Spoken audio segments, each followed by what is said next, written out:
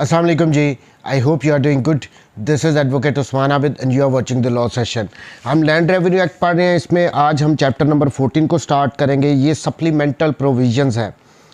Section 168 revenue deposits, यानी कुछ revenues, कुछ अमाउंट्स को डायरेक्टली रेवेन्यू ऑफिसर के पास भी डिपॉजिट करवाया जा सकता है.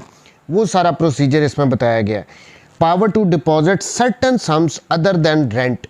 रेंट के अलावा कुछ दूसरे ऐसे सम्स हैं जो कि डायरेक्टली रेवेन्यू ऑफिसर को जमा करवाए जा सकते हैं. Subsection 1, in either of the following cases namely. अब ये दो सिचुएशंस बता रहे हैं. Number 1 A, when a headman, नंबरदार जो होता है हेडमैन, और अदर लैंड ओनर या कोई दूसरा जिम्मेदार है, to whom any sum other than rent is payable on account of liability under this act.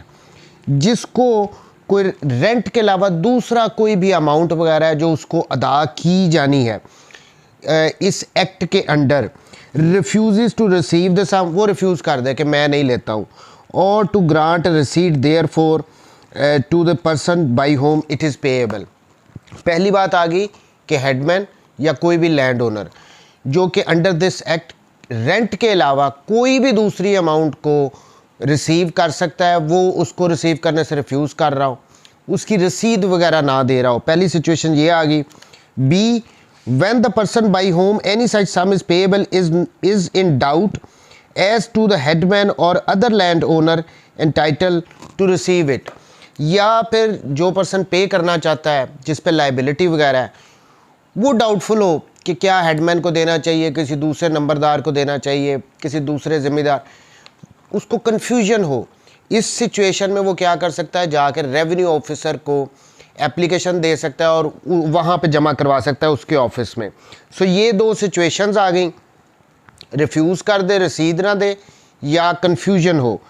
That person may apply to the revenue officer for leave to deposit the sum in his office, and the revenue officer shall receive the deposit if after examining the applicant he is satisfied that there is sufficient ground for the application. तो इन दोनों situations में से कोई situation अगर arise होती है तो ऐसा पर्सन क्या करेगा, वो एक एप्लीकेशन देगा रेवेन्यू ऑफिसर को कि जी वो रिसीव नहीं कर रहा, या मुझे डाउट है कि मैं किसको जमा करवाऊं, तो ये आप अपने ऑफिस में इसको जमा कर लें. अब इस पे रेवेन्यू ऑफिसर बाकायदा उस एप्लीकेंट को एग्जामिन करेगा. उसके बाद अगर वो सेटिस्फाई होता है कि यस ये सही बात कर रहा है, तो वो अलाउ करेगा कि डिपॉजिट करवा दो आप मेरे ऑफिस में ये amount. And if the applicant pays the fee, और अगर कोई फ़ीस वगैरह होगी इसकी तो वो भी अदा करनी पड़ेगी. If any which may be chargeable on any notice to be issued to the receipt thereof. और अगर इस एप्लीकेशन के नतीजे में कोई नोटिस वगैरह इशू करने हैं, उसके कोई चार्जेस वगैरह, कोई फ़ीस वगैरह वो भी पे करता है, और रेवेन्यू ऑफिसर सेटिस्फाइड है कि यस इसको कन्फ्यूजन है या वो रिफ्यूज़ कर रहे हैं इसको डिपॉजिट करने से, तो वो ये अपने ऑफिस में ये सम को जमा करवा सकता है, इस अमाउंट को ले सकता है. Subsection 2, when a deposit has been so received the liability of the depositor to the headman और other landowner for the amount thereof shall be discharge. अब यहाँ पे सबसेक्शन 2 में क्लियरली कह रहे हैं कि जब ये अमाउंट रेवेन्यू ऑफिसर के पास जमा करवा दी उसके ऑफिस में, तो उसकी जितनी भी लाइबिलिटीज़ होंगी उस हेडमैन की तरफ या कोई भी दूसरा जो लैंड ओनर है, वो सारा उनसे लाइबिलिटीज़ उसकी डिस्चार्ज हो जाएंगी. उसका उनके साथ कोई मसला नहीं रहेगा. उसने पैसे ऑफिस में अगर जमा करवा दिए, उसको अलाउ कर दिया गया है. तो 169 procedure in case of deposits. अब प्रोसीजर क्या होगा यहाँ पे. Subsection 1, if the deposit purports to be made on account on any payment due to government it may be credited accordingly. अगर तो ये जो अमाउंट वो उसने जमा करवाई है रेवेन्यू ऑफिसर के पास, वो कोई गवर्नमेंट के ड्यूज़ थे, फॉर इंस्टेंस वो लैंड रेवेन्यू था जो उसने पे करना था, तो वो ऑब्वियसली वो गवर्नमेंट के अकाउंट में क्रेडिट हो जाएगा, वो डायरेक्टली उधर चला जाएगा. Subsection 2, a revenue officer receiving a deposit reporting to be made on any other account, government के अलावा किसी दूसरी मद में थे जो उसने पे करने थे, shall give notice to of the receipt thereof to every person who has reason to believe claims or is entitled to deposit. तो जितने भी पर्सन उनका उस अमाउंट में क्लेम है या जिनको मिलनी चाहिए थी उन सबको वो नोटिस देगा. and may pay the amount thereof to any person appearing to him to be entitled to the same or may, if he thinks fit, retain the deposit pending the decision of a civil court as to the person so entitled. अब पहली बात आ गई थी कि अगर तो government को जाना था तो वो डायरेक्ट गवर्नमेंट के अकाउंट में चला जाएगा, लेकिन उसके अलावा अगर किसी दूसरे पर्सन के रिगार्डिंग उसने ये अमाउंट रेवेन्यू ऑफिसर के पास जमा करवा दी है तो वो जो भी कंसर्न लोग होंगे रेवेन्यू ऑफिसर उनको नोटिस देगा, भाई ये अमाउंट आ गई है मेरे पास, आ जाओ। अब यहाँ पे वो देखेगा कि कौन कौन पर्सन एंटाइटल है, एक से ज़्यादा भी हो सकते हैं ना, तो जितने भी हैं उनको उनके शेयर के अकॉर्डिंगली, उनके इंटरेस्ट के अकॉर्डिंगली उनको डिस्ट्रीब्यूट कर देगा। लेकिन अगर उसको लगता है कि नहीं ये मामला तो सिविल कोर्ट में पेंडिंग है, वहाँ से डिसाइड होगा तो फिर पता लगेगा, तो उस सूरत में वो वेट करेगा उसका, देखे ना। And may pay amount thereof to any person appearing to him to be entitle the same, अगर उसको लगता है कि ये पर्सन एंटाइटल है तो वो उसको दे देगा। और may if he thinks fit retain the deposit, वो अपने पास ही रखेगा pending the decision of a civil court as to person so entitled. लेकिन अगर सिविल कोर्ट में ये मैटर है तो वो वेट करेगा कि सिविल कोर्ट की तरफ से फैसला आ जाए कि कौन सा पर्सन एंटाइटल है। Subsection 3, no suit or other proceedings shall be instituted against the government or board of revenue or against any servant of the state in respect of anything done in good faith by a revenue officer under this section। वो यहाँ पे कह रहे हैं कि किसी किस्म का सूट या किसी किस्म का कोई भी case board of revenue, revenue officer, government के against under this section file नहीं किया जा सकता। रेवेन्यू ऑफिसर को लगा कि ए ने डिपॉजिट करवा दी उसके पास कोई अमाउंट, उसने जब बी को देखा तो उसको एंटाइटल लगा, उसने उसको पे कर दी, तो यहाँ पे ऐसा नहीं हो सकता कि सी कहे आपने बी को क्यों दे दी, वो उठ के रेवेन्यू ऑफिसर के अगेंस्ट सिविल केस फाइल कर दे, उसके अगेंस्ट क्रिमिनल एफआईआर लेके चला जाए कि जी रेवेन्यू ऑफिसर ने गलत बंदे को पैसे दे दिए। इस तरह की कोई प्रोसीडिंग्स यहाँ पे एब्सोल्युटली डिक्लेयर कर रहे हैं कि इनके अगेंस्ट कोई केस आप ये इस सेक्शन की हद तक 169 की हद तक आप नहीं फाइल कर सकते हो। बट लेकिन यहाँ पे एक और बात आ रही है, but nothing herein shall prevent any person entitled to receive amount of any such deposit from recovering it from a person to whom it has been paid by the revenue officer. पहली बात तो ये थी कि revenue officer, government, board of revenue, इनके against तो आप कोई कार्रवाई नहीं कर सकते हो, लेकिन रेवेन्यू ऑफिसर ने जिसको दे दी है वो अमाउंट, आप अगर कोई थर्ड पर्सन कहता है कि मेरा क्लेम है, ये मुझे मिलनी चाहिए थी, तो वो उस पर्सन के अगेंस्ट जिसको वो अमाउंट दी गई है उसके अगेंस्ट वो कार्रवाई कर सकता है, सिविल सूट वगैरह फाइल कर सकता है, लेकिन रेवेन्यू ऑफिसर या बोर्ड ऑफ रेवेन्यू के अगेंस्ट नहीं हो सकता। अगर इसको मैं सम अप करूं, रेवेन्यू डिपॉजिट्स को जब भी कोई अमाउंट वगैरह कोई हेडमैन, कोई लैंड ओनर रेंट के अलावा रिसीव ना कर रहा हो, उसकी रसीद ना दे रहा हो, या फिर जिस पर्सन ने पे करने हैं वो कन्फ्यूजन में हो कि मैंने किसको पे करने हैं, तो वो रेवेन्यू ऑफिसर को एप्लीकेशन देगा और उसको सुनने के बाद अगर रेवेन्यू ऑफिसर को लगता है कि यस ये इसका जो मैटर है बिल्कुल ठीक है, तो वो अपने ऑफिस में उसको डिपॉजिट करवा लेगा। दूसरी बात, अगर तो वो अमाउंट गवर्नमेंट को जानी थी तो गवर्नमेंट के अकाउंट में चली जाएगी, अगर किसी और पर्सन को जानी है, गवर्नमेंट को नहीं जानी थी, तो वो उन सबको बुला लेगा, उन सबको नोटिस कर देगा कि आ जाओ, वहाँ से उसको जिसके बारे में लगता है कि इसको अमाउंट मिलनी चाहिए वो उसको दे देगा, पहली बात। लेकिन अगर उसको लगता हो कि नहीं ये अभी समझ नहीं आ रही कि कौन एंटाइटल और कोई मैटर सिविल कोर्ट में भी पेंडिंग है, तो वो वेट करेगा जब तक उसका डिसीजन ना आ जाए सिविल कोर्ट का। लास्टली इस पोर्शन में ये बात की थी कि बोर्ड ऑफ रेवेन्यू, गवर्नमेंट, किसी रेवेन्यू ऑफिसर के अगेंस्ट कोई किसी किस्म का सिविल सूट, कोई प्रोसीडिंग्स दूसरी नहीं की जा सकती कि उसने फलाने को क्यों अमाउंट दे दी, ये तो मुझे देनी थी। लेकिन दूसरी बात थी, जिसको अमाउंट दी है उसके अगेंस्ट जो पर्सन क्लेम कर रहा है कि ये मुझे मिलनी थी, वो उसके अगेंस्ट तो कार्रवाई वगैरह कर सकता है, सिविल सूट फाइल कर सकता है, लेकिन रेवेन्यू ऑफिसर, गवर्नमेंट, इनके अगेंस्ट सूट फाइल नहीं कर सकता। Orders of civil and criminal courts, अब ये सेक्शन 170 और 171, देखिए सिविल कोर्ट्स या क्रिमिनल कोर्ट्स समटाइम्स अटैचमेंट या सेल के अगर ऑर्डर्स वगैरह कर देती हैं तो उनको कैसे एग्जीक्यूट करवाया जाएगा ये इन दो सेक्शंस में बताया गया। ये बड़ा इंपॉर्टेंट सेक्शंस हैं।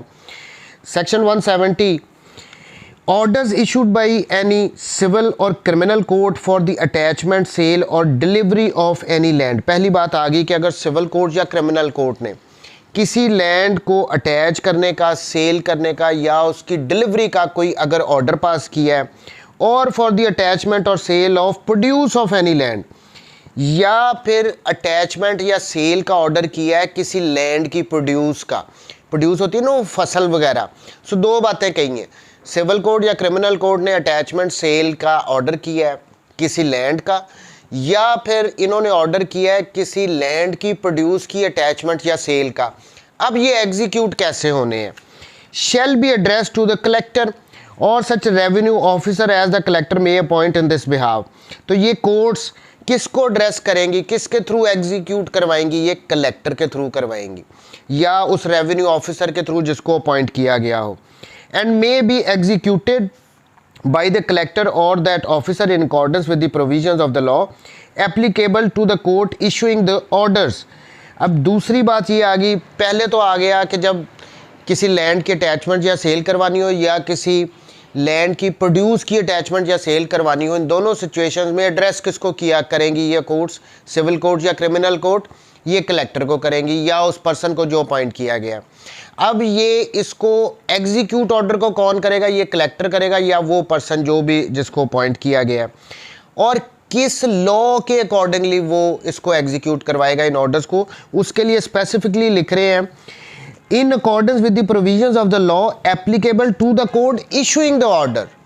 जिस कोर्ट ने वो एग्जीक्यूशन का, जिस कोर्ट ने वो ऑर्डर दिया है अटैचमेंट का या सेल का, जिस लॉ के अंडर वो ये ऑर्डर पास कर रही है, उसी लॉ के अंडर इसको एग्जीक्यूट भी किया जाएगा इस ऑर्डर को। देखें, ये समझने वाली बात है। सिविल कोर्ट या क्रिमिनल कोर्ट जो ऑर्डर कर रही है इस कलेक्टर को अटैचमेंट का या सेल का, ये कलेक्टर उसी लॉ के अंडर आगे इसको एग्जीक्यूट करेगा जिस लॉ के अंडर वो कोर्ट्स काम कर रही हैं। पहली बात, and with any rules not inconsistent there with made by the board of revenue with the concurrence of the high court and the previous approval of the government. उस law के under execute करेगा और उन rules के under जो board of revenue ने government की prior approval के साथ बनाए हुए हैं, वो जो कि अगर इनकंसिस्टेंट नहीं है उस लॉ के साथ, तो उसके अंडर फिर इन ऑर्डर्स को एग्जीक्यूट करवाया जाएगा। अब सिविल कोर्ट्स में एग्जीक्यूशन में प्रॉपर्टीज़ वगैरह अटैच होती हैं, सेल होती हैं। हमारे क्रिमिनल प्रोसीजर कोर्ट में भी जो एब्सकॉन्ड कर जाते हैं, प्रोक्लेम्ड ऑफेंडर वगैरह होते हैं, उनकी प्रॉपर्टीज़ अटैच होती हैं।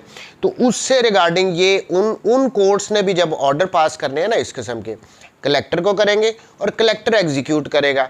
एग्जीक्यूट जब करेगा तो वो उसी लॉ के अंडर करेगा जिस लॉ के अंडर उस कोर्ट ने ये ऑर्डर पास किया जिसको वो अब एग्जीक्यूट कर रहा है। 171 प्रिजर्वेशन ऑफ अटैच्ड प्रोड्यूस। जो ये फसल है अगर वो अटैच कर ली गई है, लैंड की फसल को अगर अटैच कर लिया गया तो उसको प्रिजर्व कैसे करवाया जाएगा ये इस 171 में बताया गया। देखिए, मेरा गला बहुत ख़राब है, 3-4 दिन से मेरी तबीयत नहीं ठीक, सो थोड़ा सा मैनेज करें, मैं फिर भी ये वीडियोस बना रहा हूँ। एनी हाउ, सब सेक्शन 171 का the attachment of the produce, जो प्रोड्यूस है उसको अगर अटैच कर लिया गया of any land in pursuance of an order of any court और other authority shall not prevent the person to whom the produce belongs from reaping, gathering or storing it or doing any other act necessary for its preservation। जब ये कह रहे, इस subsection 1 में कह रहे हैं कि जहाँ पे किसी फसल को अटैच कर लिया गया है किसी दूसरी कोर्ट के ऑर्डर से, यही कह रहे हैं ना, the attachment of the produce को अटैच कर लिया गया of any land in pursuance of an order of any court, किसी भी कोर्ट के ऑर्डर के अंडर किसी लैंड की प्रोड्यूस को, फसल को अटैच कर लिया है, shall not prevent the person. अब यहाँ पे कह रहे हैं कि जिस पर्सन की वो फसल है उसको उस फसल को काटने से, उसको गैदर करने से, इकट्ठा करने से, उसको स्टोर करने से ताकि वो प्रिजर्व हो, इससे उसको नहीं रोका जाएगा, बेशक वो फसल अटैच हो गई है। और सिंपल कर देता हूँ, जब भी किसी लैंड की फसल को अटैच किया गया है तो किसी भी कोर्ट की तरफ से, तो जिस पर्सन की वो फसल है उसको काटने, उसको गैदर करने, उसको स्टोर करने से ताकि वो प्रिजर्व हो, नहीं रोका जाएगा। पहली बात। Subsection 2, the attaching officer shall not or cause to be done all acts. The attaching officer shall not or cause to be done all acts necessary for the preservation of the produce if the person to whom it belongs fails to do so. अब यहाँ पे दूसरी बात कह रहे हैं कि जिस ऑफिसर ने इस फसल को अटैच किया है ना, अगर तो उसका जो मालिक था, अगर वो इसको प्रिजर्व करने के लिए कोई काम नहीं कर रहा, उसको ना काट रहा है ना स्टोर कर रहा है, वो कह रहा है अटैच हो गया, मैं कुछ करता नहीं हूँ, तो इस सूरत में ये जो ऑफिसर है जिसने उसको अटैच किया है वो सारे काम करेगा इस प्रोड्यूस को प्रिजर्व करने के लिए, यानी उसको काटेगा, उसको इकट्ठा करेगा और ज़रूरत हो उसको स्टोर भी करवाएगा। पहले में था सबसेक्शन 1 में कि उसके जो मालिक है उसको नहीं रोका जाएगा, दूसरे में आ गया कि अगर वो नहीं कर रहा तो अटैचिंग ऑफिसर करेगा। Subsection 3, when sale of produce follows on its attachment the purchaser shall be entitled by himself or by any person appointed by him in this behalf to enter upon the place where the produce is and do all that is necessary for the purpose of preserving and removing it। तीसरी में ये बात कह रहे हैं कि जब इस प्रोड्यूस को सेल कर दिया गया, when sale of produce follows its attachment, पहले अटैच हुई प्रोड्यूस, उसके बाद वो सेल कर दी गई है, तो जिसने उसको ख़रीदा है ना, जो परचेज़र है, वो लीगली उस वहाँ पे जा सकता है, उस फसल को काट सकता है, उसको स्टोर कर सकता है, उसको रोका नहीं जाएगा, अब तो वो मालिक बन गया ना। When sale of produce follows on its attachment, the purchaser shall be entitled by himself, वो खुद या जिसको वो अपॉइंट कर रहा है, to enter upon the place, वो जहाँ पे फसल है वो वहाँ पे जा सकता है, and do all necessary for the purpose of preserving and removing it। तो उस फसल को प्रिजर्व करने के लिए वो जो काम भी ज़रूरी है वो परचेज़र कर सकता है। नेक्स्ट वीडियो में इंशाल्लाह आगे कंटिन्यू करेंगे। अल्लाह हाफिज़।